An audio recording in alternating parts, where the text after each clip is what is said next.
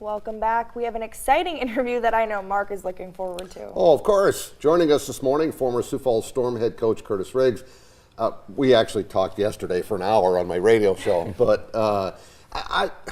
as Kalen DeBoer's best friend, it feels like a month and a half ago that this all happened, that he was hired at Alabama. It actually hasn't even been a week, technically.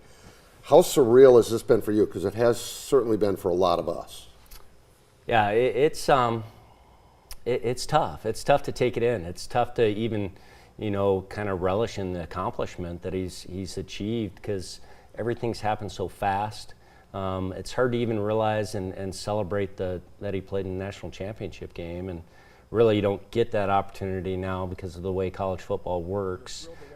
It's move on to the next thing and move as quickly as possible and take whoever you can with you at that time. Okay, when you were watching this last Saturday, the press conference when he was introduced, I just kept saying, wow, this is real. Yeah. Yeah, I knew that it was a possibility, but even then you kind of just think about how can it come to fruition and actually happen, and then once it does, it's still hard to comprehend and believe that, he's at the pinnacle of college football. Wow. How do you think he's going to have an impact on the program there? Well, following Nick Saban is no easy task, obviously, but it's really not something that scares Kalen. I mean, he's more about how do I provide the best opportunity for these kids and continue to play at a national championship level year in and year out, which is the expectation. So he knew that going in. He knew what the expectations are, playing in the SEC, all of these things, and none of that scared him.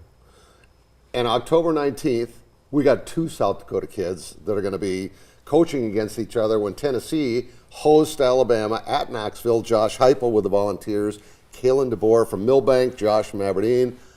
That makes it even crazier. Yeah, it's pretty unbelievable. There's a lot of coaching ties, though, that fall back to South Dakota.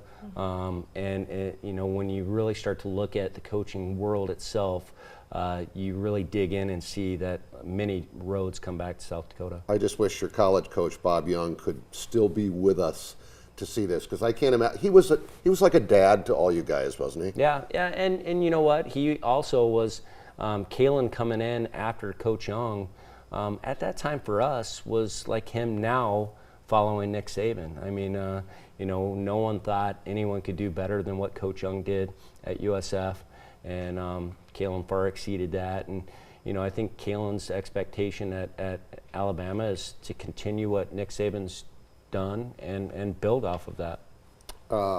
Aaron's got to be pleased with the red, but the dramatic change in wardrobe for the DeBoers, because it's been mostly purple.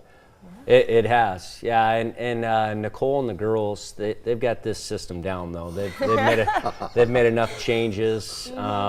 So the tough part is the girls are finishing school in Seattle, and they'll have to sell their house and then move out to Tuscaloosa, and Alexis is going to play softball at Washington. Yep, she is. She's going to stay there and play softball, and I'm sure Nicole will be going back and forth to watch, and they'll have to give that Washington gear out somewhere. Things are a little. There's some turmoil right now, though. I don't know if now's the time to put a sign out. Okay. Well, this is great. Yeah. Thank you so much for being here this morning. Yeah, I appreciate it. Thank you. And we're going to be right back after the break.